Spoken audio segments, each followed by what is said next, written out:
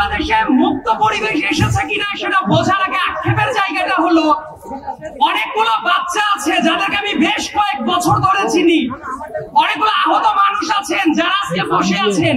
এই মানুষগুলোর কান্না কি আমরা মুছে দিতে পারছি কিনা? এই কান্না যতদিন না মুছে দেওয়া হবে আমার কাছে মনে হয় ততদিন পর্যন্ত মুক্ত বাংলাদেশের দাবি করাটা আমাদের কাছে হবে খুবই অনৈতিক একটা কাজ। আরেকটা জিনিস বলে রাখাটা দরকার, অনেকে অনেক আক্ষেপ করেন যে এত মানুষ মেরে ফেলার পরেও শেখ হাসিনার ভেতরে এবং তার দলের লোকদের ভেতরে কোনো রিমোর্স বোধ নাই কেন? আমি বলি ওদের দলের ভেতরে রিমোর্স বোধ থাকা উচিত না। তার কারণ ফ্যাসিবাদ আওয়ামী লীগের ডিএনএ এর ভেতরে আছে। শেখ হাসিনা হঠাৎ করে 2024 সালে এসে স্বৈরাচারী হয়ে যায় নাই। 2011 সালে পঞ্চদশ সংশোধনী যেদিন করেছে ওই দিন থেকেই শেখ হাসিনা স্বৈরাচার ছিল। এমনকি শেখ হাসিনা নতুন করে বাংলাদেশে কোনো কিছু করে নাই।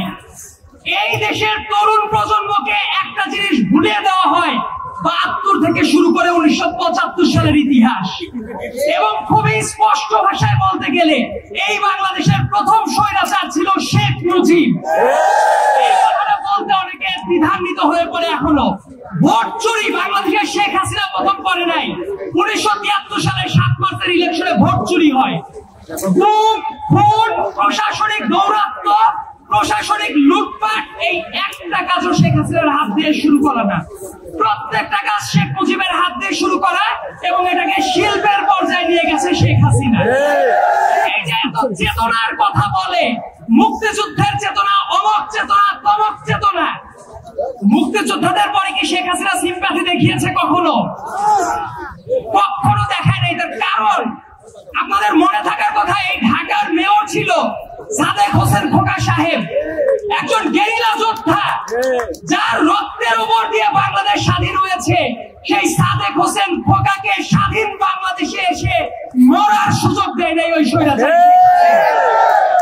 তার আশেপাশে যত মানুষ থাকতো প্রত্যেকটা মানুষ লুটপাটের অংশীদার ছিল, এবং যত ব্যবসায়ী, যত সংবাদ মাধ্যমের যারা কর্মী ছিল, যত আদালত, একটা ব্যাপার নিয়ে কথা বলতে খুবই আক্ষেপ হয়, আমি আইনের ছাত্র, যে মঞ্চে দাঁড়িয়ে আমরা কথা বলছি আমাদের হাতের বাম সাইডে যে আদালতটা আছে বাংলাদেশের ভেতরে পবিত্রতম জায়গা হিসেবে চিন্তা করা যেত, কিন্তু ওই আদালতের মাধ্যমে কত নিরীহ মানুষের রক্ত কেড়ে নিয়েছে শেখ হাসিনা, তার কোনো ইয়ত্তা নাই। এবং বাংলাদেশে মাঝে মাঝে বলা হয় না যে এদের অবিচারের মাত্রাটা কেমন?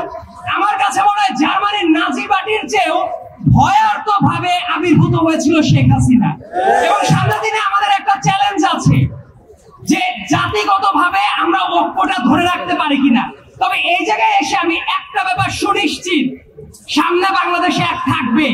এই জায়গায় দাড়ি টুপিওয়ালা মানুষ আছেন, শার্ট প্যান্ট পরা মানুষ আছেন, নারী পুরুষ সবাই আছে, বাংলাদেশের পতাকাটাও আছে। এই ঐক্যটা ধরে রাখা দরকার। সবাই থাকবে এই বাংলাদেশে, সবাই রাজনীতি করতে পারবে। শুধুমাত্র শেখ হাসিনা এবং তার সাঙ্গপাঙ্গরা এই বাংলাদেশে আর পুনর্বাসিত হতে পারবে না।